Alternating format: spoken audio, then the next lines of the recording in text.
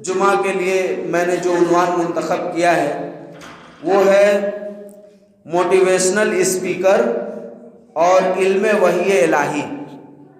یعنی اس بات کو اچھی طرح سمجھیے کہ آج کے دور میں ہمارے اندر ایک چیز آئی ہے، اور وہ چیز یہ ہے کہ ہم یہ کہتے ہیں، ہم یہ سوچتے ہیں کہ کوئی بات یعنی بڑی اچھے انداز میں سجا کر کہی جائے، اور جب بڑے اچھے انداز میں سجا کر کہی جاتی ہے تو لوگوں کو اتنا مزہ نہیں آتا ہے، تو لوگوں کو اثر پڑے، لوگ سنیں، اس کو اچھا لگے، تو اس اعتبار سے کیا کیا جاتا ہے کہ اس کے پیچھے ایک پلے یعنی بیک گراؤنڈ میں ایک میوزک پلے کیا جاتا ہے چھوٹا سا، جو مطلب کسی اب ہر اعتبار سے ہر کوئی اپنے اپنے پسند سے لگاتا ہے، کوئی فلمی گانوں کو لگا دیتا ہے، کوئی جو ہے کسی بڑے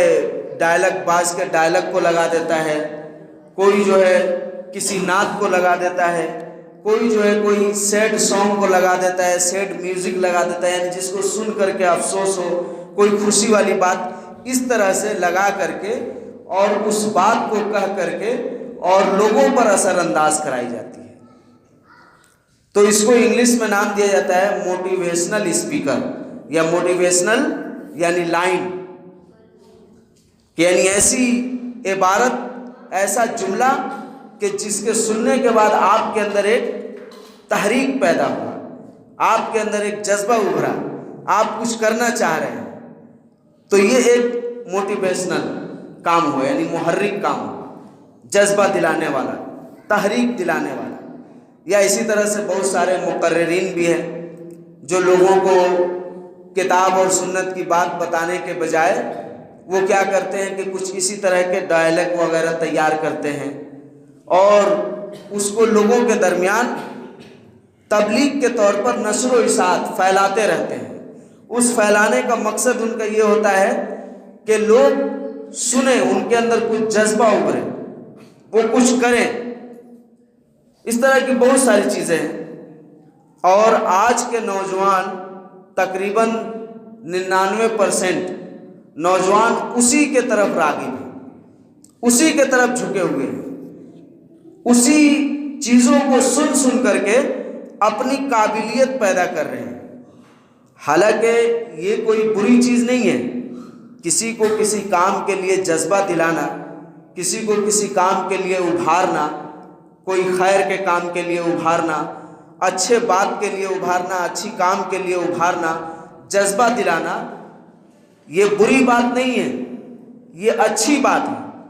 مگر سوال یہاں مسلمانوں کے لیے ہے کہ کیا مسلمانوں کے پاس ایسی کوئی چیز نہیں ہے ان کی شریعت میں، ان کے دین میں، جو ان کو جذبہ دلا سکے، جو ان کو اس کام کے لیے ابھار سکے کہ وہ لوگوں کے لیے اچھائی اور بھلائی کریں، لوگوں کو کچھ دے، دنیا والوں کو کوئی تعلیم دے، دنیا والوں کو کوئی سیکھ دے، کوئی سبق دے، اور خود بھی اس پر عمل کریں؟ کیا کتاب اور سنت میں ایسی کوئی بات ہے کہ نہیں؟ آپ آج دیکھ رہے ہیں سوشل میڈیا کے دور میں، آپ دیکھیے انجینئر مرزا علی کے کتنے فالوور ہیں، ہے کہ نہیں؟ لاکھوں میں۔ ڈاکٹر ذاکر نائک کے دیکھیے، ان کے بھی لاکھوں میں فالوور ہیں۔ کیوں ہے بھائی؟ کیونکہ وہ ایسی بات ہی کرتے ہیں، کوئی جذبہ دلاتے ہیں، اویئرنیس لاتے ہیں، بیداری لاتے ہیں، کچھ ایسی بات بتاتے ہیں جو ہم لوگوں کو مطلب معلوم نہیں تھا۔ تو آپ پہلے یہ بتائیے کہ کیا آپ کو پوری قرآن کی 114 صورتیں یاد ہیں؟ چلیے یاد نہیں ہے تو کیا اس کے اندر آپ کو کیا بتائی گئی ہے یہ آپ کو معلوم ہے؟ نہیں معلوم ہے، جبکہ موٹیویشنل بک آپ کو دیا گیا ہے اور وہ ہے قرآن۔ اور اس قرآن کو سمجھنے کے لیے سب سے بڑے دائی، دنیا کے سب سے بڑے دائی، اور جن کا فالوور کروڑوں میں ہے، گنتی نہیں کر سکتے، وہ حضرت محمد صلی اللہ علیہ وسلم ہے۔ آپ صلی اللہ علیہ وسلم سے بڑا موٹیویشنل اسپیکر اس دنیا میں نہیں آیا، لیکن آپ کی باتوں کو جو حدیث میں رکھی گئی ہے، کیا وہ آپ کے جذبہ کے لیے کافی نہیں ہے؟ کیا آپ نے پڑھ لیا ہے، اب اس میں کوئی کام کی بات نہیں ہے؟ تو جب کام کی بات نہیں ہے، اسی لیے آپ دوسرے کی باتوں کو سن رہے ہیں۔ اگر اس میں آپ کے کام کے لیے باتیں ہوتی، قرآن میں آپ کی ضروریات موجود ہوتی، حدیث میں آپ کی زندگی کو سلیقے سے گزارنے کا طریقہ بتایا گیا ہوتا، حدیث کے اندر یہ بات بتائی گئی ہوتی کہ اگر آپ مسلمان ہیں تو اپنے مسلمان بھائیوں کے ساتھ کس طرح کا رویہ رکھیے گا، کس طرح کا سلوک کیجیے گا، یہ اگر بتایا گیا ہوتا، اور اسی طرح سے آپ کو یہ بھی بتایا گیا ہوتا کہ اگر آپ مسلمان ہیں تو اپنے غیر مسلم بھائیوں کے ساتھ کیسا سلوک کریے گا، کس طرح ان کے ساتھ رہیے گا، یہ اگر بتایا گیا ہوتا تو ظاہر ہے کہ آپ کس کے طرف رہتے، لیکن اس میں تو بتایا گیا نہیں ہے، تو اسی لیے آپ دوسرے کے طرف جا رہے ہیں، یہی وجہ ہے، اور تو کوئی وجہ نہیں ہے دوسرے کی باتوں کی طرف جانے کی، دوسرے طریقوں کو اختیار کرنے کی، دوسرے موٹیویشنل اسپیکروں کو سننے کے لیے آپ کے پاس کوئی وجہ جواز تو ہونی چاہیے نا۔ تو ہم کو لگتا ہے کہ یہی ہے کہ آپ نے اب یہ سمجھ لیا کہ قرآن اور حدیث میں ایسی اب کوئی بات ہے نہیں جو ہمارے بیداری کے لیے، جو لوگوں کو اچھا لگے، کیونکہ قرآن کے اندر تو بہت ساری باتیں ایسی ہیں کہ جو لوگوں کو اچھا لگتا نہیں ہے۔ قرآن کے اندر جب آپ بیان کریں گے، حدیث بیان کریں گے تو لوگوں کو وہ باتیں اچھی نہیں لگتی ہیں، تو اس لیے لوگ اس کو سنتے نہیں ہیں، اس لیے لوگ اس کو سمجھتے نہیں ہیں، تو اس لیے اب آپ کیا کرتے ہیں کہ اس کے جگہ اپنی بات کہتے ہیں، اس کے جگہ اپنی بات کہتے ہیں۔ یعنی اللہ تبارک و تعالیٰ نے کہا کہ ہم نے جانوروں کو تمہیں خوراک کے طور پر دیا، غذا کے طور پر دیا، تم ان میں سے کچھ کو کھاؤ، کچھ تمہارے مال برداری کے لیے ہے، یعنی تمہارے بوجھوں کو اٹھاتے ہیں، اور کچھ کو ہم نے تم پر حرام کر دیا۔ تو اب یہ بات آپ لوگوں کو بتاتے ہیں تو اچھا نہیں لگتا ہے، یہ بات لوگوں کو اچھا نہیں لگتا ہے، تو آپ کو یہ کہہ رہے تم کو جو کھانا ہے کھاؤ، ہم یہ کھاتے ہیں، یہ کتنی اچھی بات ہے کہ نہیں؟ تم کو جو کھانا ہے کھاؤ، ہم تو یہ کھاتے ہیں، تو یہ ہو گیا موٹیویشنل بات، موٹیویشنل لائن، یعنی کتنا اچھا بات بولا ہے، کسی کو کچھ نہیں بولا، اپنا بول دیا کہ ہم ہی کھاتے ہیں، تو اس میں کون سی کمال کی بات ہوگی، کیا بات ہوگی؟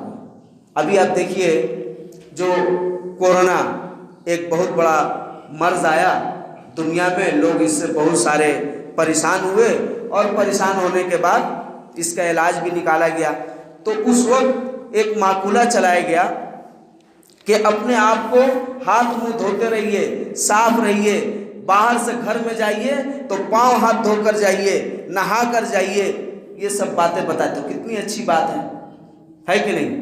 اسلام اس کے بارے میں کیا بتایا ہے؟ اسلام کچھ بتایا ہے؟ کچھ نہیں بتایا ہے، اسلام کے پاس کچھ ہے ہی نہیں ہے تو کیا بتائے گا آپ کو؟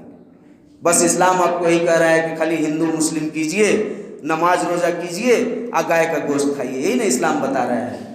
اور اس کے بعد آپ کو اسلام یہ بتا رہا ہے کہ خوب زیادہ پریشان ہو جائیے تو وہ میلاد منا لیجئے، ماں باپ کوئی مر جائے تو تیجا 40واں کروا لیجئے، شادی کا موقع آئے تب بھی وہ میلاد پکوا دیجئے، نہیں تو وہ قوالی کروا دیجئے۔ اسلام تو آپ کو یہی بتا رہا ہے، اسلام آپ کو کہاں کچھ بتایا ہے کہ آپ جانیں گے، آپ سمجھیں گے، آپ اپنے آپ کو تبدیل کریں گے، اس پر غور کریں گے، سوچیں گے، یہ آپ کو نہیں بتایا۔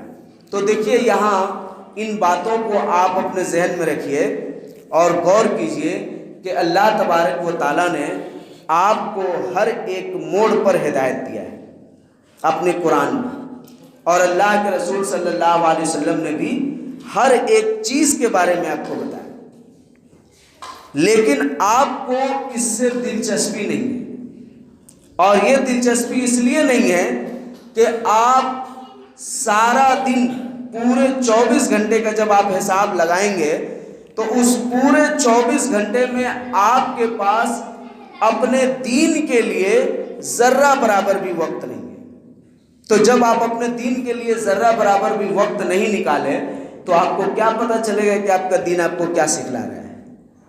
آپ کورونا کے وقت میوزک سن کر سمجھ رہے ہیں کہ ہم کو پاؤں ہاتھ دھو کر جانا چاہیے، لیکن اسلام 1400 سال پہلے آپ کو بتایا بغیر کسی مرض کے اور بغیر کسی آفت کے کہ جب تم باہر سے گھر میں جایا کرو تو ڈائریکٹ گھر میں داخل نہ ہو، کیا کرو؟ پہلے ہاتھ پاؤں دھو دو، مثل نماز کے وضو کر لو اور پھر گھر میں داخل ہو۔ مثل نماز کے وضو کرو اور پھر گھر میں داخل ہو۔ اگر مسجد ہے تو مسجد میں 2 رکعت نماز پڑھ لو پھر گھر میں داخل ہو۔ یہ اللہ کے رسول صلی اللہ علیہ وسلم کا معمول بھی تھا اور آپ یہ کرتے بھی تھے، تو آپ کو تو اسلام نے بتایا ہے۔ اب ہم بتا رہے ہیں آج ریسرچ کر کے کہ اس لیے کہ باہر سے جب آدمی آتا ہے تو بہت سارے وائرس اور بیکٹیریا وغیرہ کے ساتھ ملوث ہو کر آتا ہے، اسی لیے اس کو باہر سے آتے ہی فوراً کسی چیز کو ہاتھ نہیں لگانا چاہیے، باہر سے آتے ہی فوراً کسی چیز کو ہاتھ نہیں لگانی چاہیے۔ اگر وہ بیت الخلاء سے آ رہا ہے یا کہیں باہر بازار سے آ رہا ہے تو بھی یہ کام نہیں کرنی چاہیے، یا اسی طرح سے سوتے اٹھتے یعنی سو کر کے اٹھے تو فوراً کسی چیز کو کھانے پینے چیز کو ہاتھ نہ لگائے۔ یہ آپ کو سائنس بتا رہی ہے۔ کون بتا رہا ہے؟ سائنس۔ لیکن ایسا نہیں ہے، یہ آپ کو اسلام 1400 سال پہلے بتا چکا ہے۔ آپ کو اسلام 1400 سال پہلے بتا چکا ہے اور یہ بھی بتایا جا چکا ہے کہ جب موسم تبدیل ہوتا ہے تو بہت سارے لوگوں کی طبیعت خراب ہوتی ہے۔ یہ ہم لوگوں کے درمیان چھپی ہوئی بات نہیں ہے، یہ سبھی کوئی جانتا ہے کہ جب موسم تبدیل ہوتا ہے نا، ٹھنڈی سے گرمی، گرمی سے سردی، سردی سے برسات، جب اس طرح سے موسم آپس میں چینجنگ ہوتے ہیں تو بیچ والے پارٹ میں یعنی جب ایک موسم داخل ہو رہا ہوتا ہے اور دوسرا موسم جا رہا ہوتا ہے، اس کے جو بیچ کا پیریڈ ہوتا ہے اس میں مختلف طرح کے اتار چڑھاؤ انسانی جسم میں نمودار ہوتے ہیں۔ اس نموداری کو آپ موسم کے ساتھ دیکھتے ہیں، لیکن آپ کو یہ نہیں پتا ہے، اور چاہے سائنس اب کچھ عرصوں بعد آپ کو بتائے گی، یہ آپ کا جو یہ کام ہے نا جس کو آپ موسم کے ساتھ کہہ رہے ہیں، یہ آپ کے ساتھ پر ڈے ہوتا ہے، یہ آپ کے ساتھ پر ڈے ہوتا ہے، لیکن اس کو آپ نہیں سمجھ پاتے اس لیے کہ اس کو آپ نے موسم پر پھینک دیا ہے۔ تو جب آپ قرآن اور حدیث پڑھیں گے تو آپ کو معلوم ہوگا کہ وہ موسم کے ساتھ بھی ہوتا ہے اور یہ پر ڈے بھی ہوتا ہے، یعنی جب صبح سورج نہیں نکلتا ہے تب تک کا موسم ایک الگ ہوتا ہے، تب تک کا آب و ہوا ویدر ایک الگ ہوتا ہے، اور جب سورج کی کرنیں بیک وقت زمین پر نہیں پڑتی ہیں۔ جو لوگ سائنس پڑھتے ہیں وہ جانتے ہیں سورج کی کرن زمین پر آنے میں کتنا وقت لگتا ہے، ہاں کتنا لگتا ہے؟ کیا ضرورت ہے 8 منٹ کی؟ جب اللہ قادر ہے تو فوراً فوکس کر دینا چاہیے، لیکن اس زمین کو سورج کے کرن کو لینے میں 8 منٹ لگتا ہے۔ یہ کوئی سائنٹسٹ نہیں بنایا ہے، اللہ تعالیٰ نے بنایا ہے۔ تو آپ کو اس میں کہاں موٹیویشنل کچھ نظر آ رہا ہے؟ کیوں لگتا ہے؟ یہ جو پیریڈ ہے اس درمیان میں آپ کو کیا کرنا چاہیے کہ آپ کسی طرح سے فزیکلی پریشان نہ ہو۔ اسی طرح سے جب وہ پورا سورج اپنے آب و تاب کے ساتھ دنیا میں منور ہو جاتا ہے اور جب ڈھلنے کے قریب جاتا ہے تو شام ہونے لگتا ہے، جس کو ہم لوگ مغرب کی نماز کا وقت کہتے ہیں، اس وقت پھر موسم چینج ہو رہا ہے، یعنی گرمی سے موسم ٹھنڈی کے طرف جا رہا ہے، نرم کے طرف جا رہا ہے، اس وقت ایک تبدیلی ہوتی ہے۔ اب یہ سائنس آپ کو ابھی تک تحقیق میں نہیں بتایا، لیکن آپ کی شریعت بتا رہی ہے کہ اس وقت کیا ہوتا ہے اور اس وقت آپ کو کیا کرنا چاہیے۔ تو یہ آپ نہیں جانتے ہیں، اس لیے نہیں جانتے ہیں کہ یہ اس میں سب سے بڑی غلطی اور خرابی جو ہے نا وہ ہم علماء کرام کی ہے، اور اس کے بعد جو پرسنٹیج ہے وہ آپ لوگوں کی ہے، عوام الناس کی ہے۔ اس لیے کہ ہم نے علماء سے یہی سننا چاہا کہ بڑے بابا کیا کرتے ہیں، بڑے پیر کی کرامت سنا دیجئے، میلاد شریف بک دیجئے، تھوڑا وہابیوں کو گالی دے دیجئے، تھوڑا سا مرغ مسلم کھلا دیجئے۔ ہم نے علماء کرام سے یہی سننے کی توفیق کی ہے، ہم نے ان سے یہی سننا چاہا ہے، ہم نے ان سے یہی یعنی خواہش کی، اور دین کی بات کو ہم نے دنیا دار لوگوں میں تلاش کرنا شروع کیا، دنیا میں تلاش کرنا شروع کیا، کیونکہ اب وہ بھی آئیں گے تو تھوڑی کہیں گے کہ قرآن پڑھو، حدیث پڑھو، نبی کے فرمان کو پڑھو، تمہارے لیے قرآن اس لیے دیا گیا کہ تم قرآن کو 24 گھنٹے پڑھو، یہ ایسی کتاب ہے کہ جب تک اس کو پڑھتے رہو گے تمہارے زبان پر جاری و ساری رہے گا، لیکن جب تم اس کو چھوڑ دو گے تو بھول جاؤ گے۔ یہ ہمارے علماء نہیں بتائیں گے، کیا بتائیں گے؟ کہیں گے ارے اچھا تم کو یہ ہو گیا، اچھا یہ والا تعویذ لے لو، اس تعویذ سے نہیں تو یہ والا تعویذ لے لو، ایسے ہو جائے گا ویسے ہو جائے گا، لیکن وہ آپ کو شریعت جو بتاتی ہے وہ کبھی نہیں بتائیں گے، وہ کبھی نہیں بتائیں گے۔ تو یہ جو موسم تبدیل ہوتی ہے نا، اس درمیان میں بھی اللہ کے رسول صلی اللہ علیہ وسلم نے کہا کہ تم باوضو ہو لو اور کیا کرو، 2 رکعت یا 4 رکعت یا 6 رکعت نفل نماز پڑھو، جس نماز کو ہم کیا کہتے ہیں؟ معلوم ہے؟ نہیں معلوم ہے؟ کیا کہتے ہیں؟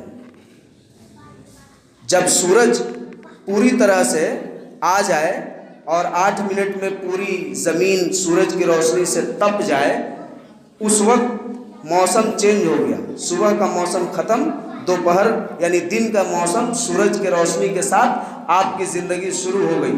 اس وقت آپ کو کیا کرنا چاہیے؟ اس وقت آپ کو نماز چاشت یا نماز اشراق یا نماز اوابین یا نماز ضحیٰ، یہ ایک ہی نماز ہے، اس کے 5 نام ہیں، نماز چاشت، نماز اشراق، نماز اوابین، نماز ضحیٰ، اس کو کہا جاتا ہے۔ یہ آپ کو پڑھنا ہے، تو آپ اس کو پڑھنے کے لیے کیا کریں گے؟ وضو بنائیں گے، اور جب وضو بنائیں گے تو وضو بنانے کے بعد پھر آپ 2 رکعت یا 4 رکعت یا 6 رکعت نفل نماز پڑھیں گے۔ اس کا کیا فائدہ ہوگا؟ کوئی فائدہ نہیں ہے، اس لیے نہیں ہے کہ تو نماز ہے، اس سے موسم کا کیا تعلق ہے؟ یہ تو نماز ہے نا، ارے نماز پڑھے نا، نفلی نماز، اس سے موسم کو کیا مطلب ہے؟ موسم کے چینجنگ کا کیا مطلب ہے؟ کوئی مطلب نہیں ہے۔ لیکن نہیں، اب سائنس آپ کو بتاتی ہے کہ وضو بنانے میں بڑی فائدہ ہے۔ کیا فائدہ ہے بھائی؟ تو وضو بناتے رہیے گا دن بھر میں 5 مرتبہ جو وضو کہا گیا ہے، اس سے آپ کے سیل مریں گے نہیں۔ انسانوں میں ایک بیماری پیدا ہو جاتی ہے ڈیڈ سیل کا، یعنی خلیہ کے مرنے کی بیماری، اور جب خلیہ مرنے لگتا ہے تو انسانوں کو بہت ساری بیماریاں پکڑنے لگتی ہیں۔ تو وضو کے فائدے میں سے یہ ہے کہ اگر آدمی ہر وقت باوضو رہے تو اس کا سیل کبھی مرتا نہیں ہے، یہ آپ کو سائنس بتا رہی ہے، لیکن سائنس سے پہلے آپ کو بتا دیا گیا ہے کہ آپ یہ کام کیجیے، اور اس کے بعد جو وہ روشنی آپ کو ملے گی تو اس روشنی تک آپ کے بدن میں ایک سستی رہتی ہے، جس سے بلڈ سرکولیشن آپ کا جہاں کا تہاں رہتا ہے۔ تو جب اس وقت آپ پڑھیں گے تو آپ کو اس روشنی کے آنے کی وجہ سے آپ کے بدن میں جو بلڈ سرکولیشن چلے گا، اس کے ساتھ ساتھ آپ کو سورج کی پہلی کرن سے بہت سارے وٹامن آپ کے بدن میں ریڈیوس ہوں گے، داخل ہوں گے، جو آپ کو بہتر بنائیں گے۔ تو یہ آپ کو کہاں بتایا گیا ہے؟ نہ آپ کو جاننے کی ضرورت ہے، یہ موٹیویشنل اسپیکر لوگ بتائیں گے، ہے کہ نہیں؟ ہم اس موقع پر بتا دیں کہ پاکستان کے ایک بہت بڑے عالم تھے، تو ان سے ایک عالم نے کہا کہ آپ کی باتیں اچھی ہیں، لیکن کیا ہی بہتر ہوتا کہ اس کو آپ قرآن اور حدیث کے دلائل سے بیان کرتے تو اس میں اور تاثیر آتی۔ تو آج وہی دور آ گیا ہے کہ ہم باتیں بڑی اچھی کر رہے ہیں، لیکن ہم کو یہ پتہ نہیں کہ اس کا تعلق قرآن اور حدیث سے بھی ہے، یا قرآن اور حدیث میں بتایا گیا ہے۔ ہم اپنی ایک تحقیق پیش کر کے اور اپنا فالوور بنا رہے ہیں، اور اللہ نے کہا کہ وحی کی تعمیل کرو، جو وحی میں نے محمد پر نازل کی ہے اس میں کوئی تفاوت نہیں ہے۔ اللہ تبارک و تعالیٰ کیا کہہ رہا ہے کہ فاتو بکتاب من عند اللہ هو اہدی منہما۔ اے نبی اکرم صلی اللہ علیہ وسلم، یہ جو قرآن کو جھٹلا رہے ہیں ان سے کہیے کہ قرآن اور تورات یہ دونوں کتابیں اللہ کی جانب سے آئی، تم اگر ان سے زیادہ ہدایت یافتہ کتاب، ان سے زیادہ رہنما والی کتاب جو تمہارے کو رہنمائی دے سکے، تمہیں ہر موڑ پر مدد کر سکے، لے آؤ تو ہم اس کو چھوڑ کے اس کی اتباع کریں گے. کہاں سے لے آؤ؟ اللہ کے پاس سے لے آؤ. تو ہم ان کتابوں کو چھوڑ کر تمہاری کتاب کی اتباع کریں گے. لیکن اے اللہ کے نبی آپ دیکھ لیجئے گا کہ ان کا جواب ابھی بھی یہی رہے گا کہ نہیں. تو آپ جان لیجئے کہ یہ اپنے خواہش کی اتباعی ہے, یہ اپنے فکر کے اتباعی ہیں, یہ اپنے فکر کی اتباع میں لگے ہوئے ہیں, اپنے آپ کے فکر کو لوگوں میں پروان چڑھانے کے پیچھے لگے ہوئے ہیں. تو اللہ نے یہ ایک بات کہی. اور دوسری بات اللہ تبارک و تعالیٰ نے کہا کہ افلا یتدبرون القرآن ولو کان من عند غیر اللہ لوجدوا فیہ اختلافا کثیرا. یہ قرآن کی آیتوں پہ غور و فکر نہیں کرتے, نہیں سوچتے, نہیں سمجھتے. اللہ نے جمعہ کے دن جو 2 سورتوں کو پڑھنا اپنے نبی پر مسنون فرمایا, اس ایک سورت کا نام سورۃ الغاشیہ ہے. سورۃ الغاشیہ کے دوسرے رکوع یعنی پہلے رکوع کے بعد دوسرا رکوع جو شروع ہوتا ہے, جہاں وہ سورہ ختم ہو جاتی ہے, وہ دوسرے رکوع کی شروعات ہوتی ہے افلا ینظرون الی الابل کیف خلقت. کیا یہ لوگ غور نہیں کرتے, یہ وہ نہیں دیکھتے کہ میں نے اونٹ کو کیسے پیدا کیا ہے؟ تو اونٹ کو پیدا جیسے بھی کیا ہے اللہ نے, تو اس کو دیکھنے میں کیا فائدہ ہے؟ اس کو دیکھنے میں کیا فائدہ ہے؟ یعنی اونٹ کو ہم دیکھ لیں گے کہ اللہ تعالیٰ ایسے ایسے پیدا کیا, تو اس میں کیا مطلب ہو گیا, اس سے کیا سمجھنا ہے؟ تو اللہ یہ دکھلانا چاہ رہا ہے لا تتفکروا فی اللہ وتتفکروا فی آلاء اللہ. اللہ کے رسول نے کہا کہ اللہ کی ذات میں فکر نہ کرو کہ اللہ ایک ہے تو کیسے ہے, جیسے بریلوی اور مکتب فکر کے دوسرے کرتے ہیں میلاد منانے والے علماء. اللہ ایک ہے تو ایک ایسے تو نہیں ہوتا, آدھا آدھا مل کے ایک ہوتا ہے, تو اللہ تعالیٰ ایک کیسے ہے, اللہ تعالیٰ دو ہوتا. یہ نہیں, یہ سب پر بات نہ کرو. کس پر کرو؟ تتفکروا فی آلاء اللہ. اللہ نے جو دنیا میں تمہیں نعمتیں دی ہیں اور جو چیزیں تم ظاہرتاً دیکھ رہے ہو, سورج چاند ستارے, ان چیزوں میں غور و فکر کرو. جب ان چیزوں میں غور و فکر کرو گے تو کیا کہو گے؟ ربنا ما خلقت ھذا باطلا سبحانک فقنا عذاب النار. جب ان چیزوں میں غور کرو گے تو اس اونچائی تک پہنچ جاؤ گے, اس جگہ پہنچ جاؤ گے, اور پھر تم کہو گے کیا کہ بے شک اے میرے رب, تو نے جن چیزوں کو بھی پیدا کیا فضول پیدا نہیں کیا. جن چیزوں کو بھی پیدا کیا ہے فضول پیدا نہیں کیا ہے. تو آپ کیا جاننا چاہتے ہیں؟ آپ اور کیا جاننا چاہتے ہیں اسلام سے؟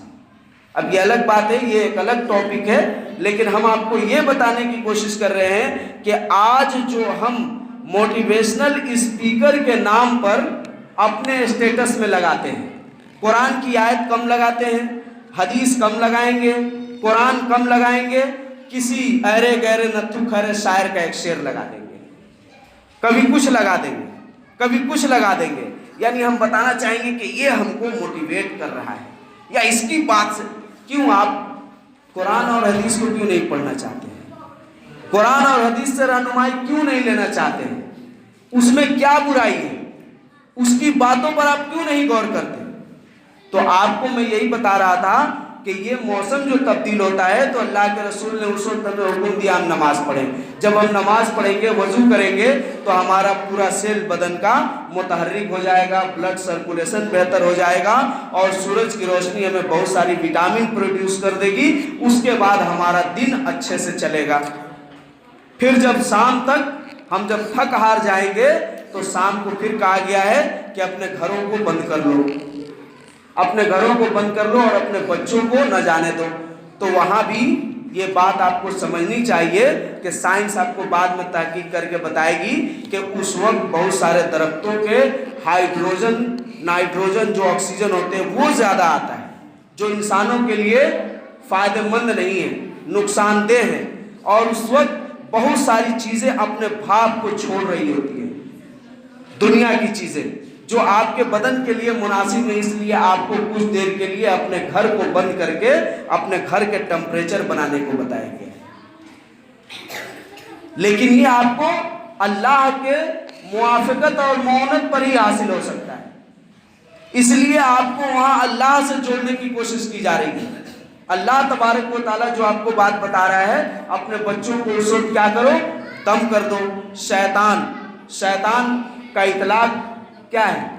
شیطان عربی زبان کا لفظ ہے، اہل عرب کہتے ہیں یہ ایک صفت ہے، یہ ایک صفت ہے، اور یہ ہر اس چیز پر استعمال کیا جاتا ہے جو شریر ہے، جو بدماش ہے، جس سے نقصان پہنچنے والا ہے، اس کو شیطان سے تعبیر کیا جاتا ہے عربی زبان میں۔ اور جب شیطان الرجیم کہا جائے تو اس سے مراد ابلیس ہوتا ہے، یعنی جن، کوئی یہ نہیں کہتا جن، جیسا کہ اللہ تعالیٰ نے قرآن کے اندر یہ بات بیان کیا کہ ہم نے جب فرشتوں کو کہا کہ آدم کو سجدہ کرو تو سب نے آدم کا سجدہ کیا سوائے ابلیس کے۔ تو ابلیس کیا شیطان ہے؟ تو یہ شیطان ہے یا پھر ابلیس ہے؟ تو جن کون ہے؟ تو اللہ تعالیٰ نے اس بات کی وضاحت سورہ کہف کے اندر کی کہ الا ابلیس، وہاں بھی یہ بات واضح کیا کہ ہم نے سب کو کہا، فرشتوں کو، تو سب نے سجدہ کیا آدم کا، الا ابلیس ففسق عن امر ربہ کان من الجن، ففسق عن امر ربہ احدا کان من الجن، اس نے اپنے رب کے حکم کی نافرمانی کی اور وہ جنوں میں سے تھا، جنوں میں سے تھا۔ تو بدماش جن تھا، اسی لیے اس پر ابلیس کا لفظ اور صفت کے طور پر اور شیطان کا لفظ بولا گیا۔ یہ شیطان، کوئی شیطان سے مراد جن نہیں ہوتا ہے، شیطان سے مراد جانور بھی ہے، شیطان سے مراد انسان بھی۔ اللہ نے اس کی بہت ساری مثالیں قرآن کے اندر بیان کی ہے، جیسے کہ ایک آیت میں اللہ کہہ رہا ہے کہ انبیاء کے اکثر دشمن شیاطین ہوتے ہیں جو جنوں اور انسانوں میں سے ہوتے ہیں۔ یہ اللہ نے قرآن میں کیا کہا کہ انبیاء کے جو دشمن ہوتے ہیں وہ اکثر وہ لوگ ہوتے ہیں جو شیطان صفت ہوتے ہیں، اور وہ شیطان صفت جنوں میں سے بھی ہوتے ہیں اور انسانوں میں سے بھی ہوتے ہیں۔ یہ اللہ نے قرآن میں کہا۔ تو یہاں اللہ نے جن اور شیطان، جن اور انسان کے لیے لفظ شیطان کا استعمال کیا۔ تو اس سے کیا سمجھ میں آیا؟ شیطان دونوں میں موجود ہے۔ تو اللہ کے رسول نے وہی کہا کہ شیاطین سے بچنے کا بہترین وقت ہے جب مغرب کا وقت ہوتا ہے۔ تو یہ ہمارے لیے بہت ساری باتیں بتائی جا رہی ہیں، لیکن ہم اس کو سمجھتے نہیں ہیں۔ ہم صحابہ کرام پر تنقید کرتے ہیں۔ صحابہ کرام پر کیوں تنقید کرتے ہیں؟ اس لیے تنقید کرتے ہیں کہ ہم دیکھتے ہیں کہ فلانے نے فلانے کو ایسا کہا، فلانے نے فلانے کو ایسا کہا۔ ہمارے پاس ان کا کریکٹر ہوتا ہے کہ حضرت علی کو حضرت امیر معاویہ نے کیا کہا اور حضرت امیر معاویہ کو حضرت علی نے کیا کہا، لیکن ہم یہ نہیں جانتے کہ انہوں نے جو باتیں کہی ہیں اس بات کو انہوں نے کیوں کہا۔ حضرت عبداللہ ابن عباس رضی اللہ عنہما نے جب لوگوں کو، عام لوگوں کو اس طرح صحابہ کرام کے متعلق کہتے ہوئے سنا تو کہا کہ اچھا یہ بتاؤ کہ تم لوگ اللہ پر یقین رکھتے ہو کہ نہیں؟ تو لوگوں نے کہا بالکل، کیوں نہیں؟ تو انہوں نے کہا یہ بتاؤ کہ کیا تم کو یہ پتہ نہیں ہے کہ اللہ اس حالات سے واقف ہے یا نہیں ہے؟ تو انہوں نے کہا کہ اللہ واقف ہے۔ تو انہوں نے کہا اچھا یہ بتاؤ، جب اللہ تبارک و تعالی ہم تمام صحابہ کرام کے متعلق یہ فرما رہا تھا کہ ان کے دلوں کو ہم نے پرکھ لیا، یہ صاف دل لوگ ہیں، یہ امتحان میں پاس ہو گئے، رضی اللہ عنہم و رضوا، ہم ان سے راضی ہو گئے، یہ ہم سے راضی ہو گئے، یہ جو اللہ تبارک و تعالیٰ نے فرمایا تو یہ کس بنیاد پر فرمایا؟ ہم لوگوں کو دیکھنے جاننے کے بعد ہی، یعنی ہم لوگ اللہ کے امتحان میں پورے اتر گئے، تو اللہ کو یہ پتہ تھا کہ نہیں کہ اس آنے والے وقت میں حضرت امیر معاویہ، علی میں اور فاطمہ میں، ان میں جنگ ہوگا؟ تو اللہ تبارک و تعالیٰ پھر یہ نوبت کیوں آنے دیا؟ تو وہ آدمی خاموش ہو گئے۔ مطلب یہاں یہ بتانا ہے کہ وہ جنگ نہیں ہوا، کچھ آپسی اختلافات ہوتے ہیں۔ تو کتاب اور سنت نے جو بیداری ہمیں دی ہے اس کے تعلق سے کبھی کوئی آدمی کچھ اور سوچتا ہے، کچھ اور سوچتا ہے، لیکن ان دونوں کا مقصد شریعت کی بلندی ہوتی ہے، نہ کہ فساد. اور یہ چیز ہمارے اندر تو ہو سکتی ہے کہ ہم میں سے کوئی آدمی اپنی مفاد کے لیے کچھ سوچ رہا ہے اور دوسرا کوئی اپنی مفاد کے لیے سوچ رہا ہے، اس لیے ہماری فکریں ٹکرا سکتی ہیں، ہمارا نظریہ ٹکرا سکتا ہے. لیکن صحابہ کے درمیان ایسا نہیں تھا. صحابہ ایسا ایک دوسرے کے تعلق سے نہیں سوچتے تھے. علامہ ابن مفلح رحمۃ اللہ علیہ آداب الشریعہ کے اندر ایک واقعہ ذکر کر رہے ہیں کہ میرے پاس ایک شخص آیا اور اس نے آ کر کہا کہ میرے والدین میری بیوی کو پسند نہیں کرتے ہیں اور وہ یہ کہہ رہے ہیں کہ میں اپنی بیوی کو طلاق دے دوں، اس پر آپ کی کیا رائے ہے؟ یعنی آپ کیا فتویٰ دیتے ہیں؟ تو انہوں نے کہا کہ یہ بتاؤ تمہاری بیوی تمہارے حق میں کیسی ہے؟ اس آدمی نے کہا میری بیوی میرے لیے تو بہتر ہے، میری خدمت کرتی ہے، میرے ماں باپ کی بھی خدمت کرتی ہے، یعنی جس طرح ہونی چاہیے اس طرح سے میری بیوی پرفیکٹ ہے، کوئی پریشانی نہیں ہے. تو پھر انہوں نے کہا تو پھر تمہارے ماں باپ کیوں چاہتے ہیں کہ تم طلاق دے دو؟ تو اس نے کہا کہ اس لیے چاہتے ہیں کہ وہ اس کو پسند نہیں کرتے ہیں.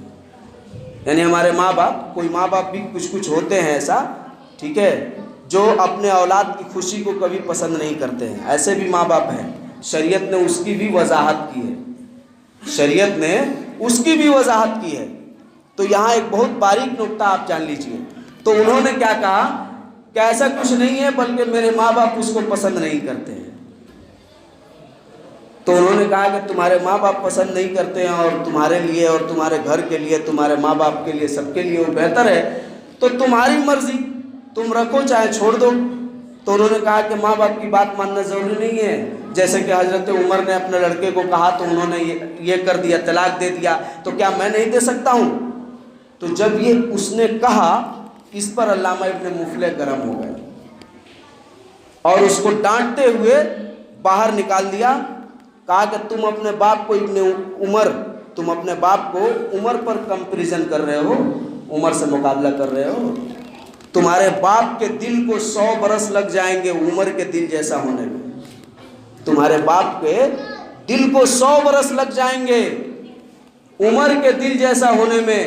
عمر کا دل وہ ہے جس کی گواہی اللہ نے دی. اللہ نے عمر کے دل کی گواہی دی کہ وہ پاک ہے، صاف ہے، اس کے دل میں کھوٹ نہیں ہے. تو وہ اپنے بیٹے کو کہہ رہا ہے تو کوئی وجہ ہوگی شریعت کی. تم تو اس وقت موجود نہیں تھے، لیکن تمہارا باپ کہہ رہا ہے تو تم جان رہے ہو کہ کیوں کہہ رہا ہے. اس لیے کہہ رہا ہے کہ وہ تمہاری بیوی اس کو پسند نہیں ہے، حالانکہ وہ اپنے کام میں بہتر ہے. تو تمہارے باپ کے دل میں مفاد ہے اور عمر کے دل میں مفاد نہیں تھا. تمہارے باپ کے دل میں اپنی مفاد ہے اور تمہارے دل میں اپنی مفاد ہے. تم لوگ صحابہ سے کمپیئر کر رہے ہو، کہا ایسا تو کہیں ایسا کر دیے، تو ایسا کر دیے. تو یہ سب ہم موٹیویشنل اسپیکروں سے سن رہے ہیں، ہم کو اچھا لگ رہا ہے. ہاں غلط ہوتا ہے، ہاں صحیح ہوتا ہے. آپ کو کتنا پتہ ہے غلط کتنا ہوتا ہے؟ کتنا غلط جانتے ہیں آپ؟ اس غلط کو پہلے شریعت کے فرمے میں ناپیے. غلط ہوتا ہے ٹھیک ہے، مگر غلط بھی ہوتا ہے اور غلط بھی ہوتا ہے. تب غلط ہے کہ غلط ہے کیا ہے؟ تو پہلے اسی کو ناپیے. پہلے شریعت میں یہ ناپنا ہوگا کہ وہ بولے تو کیوں بولے، اور وہ سن لیے تو کیوں سن لیے، وہ کیوں نہیں جواب دیے. تو یہ ساری چیزیں ہمیں ہماری شریعت بھی سکھا رہی ہے، لیکن ہم کو پتہ نہیں. ابھی ہم یونس گوہر کو سنتے ہیں، کتنا اچھا، دیکھیے تو روحانی بات بتا رہا ہے. کہہ رہا ہے اپنے نظر کو پاک کیجئے، اپنے جگر کو پاک کیجئے، اپنے دل کو پاک. قرآن نہیں بتایا ہے، اللہ کے رسول کی حدیث میں نہیں ہے. تو خالی میلاد سنو گے، مردہ کا کھانا کھاؤ گے، گجڑی مجڑی رہو گے، تو کہاں سے قرآن سمجھ میں آئے؟ کہاں سے قرآن کا نور تمہارے دل میں داخل ہوگا؟ کیسے سمجھ میں آئے؟ کیسے موٹیویشنل ہوگا؟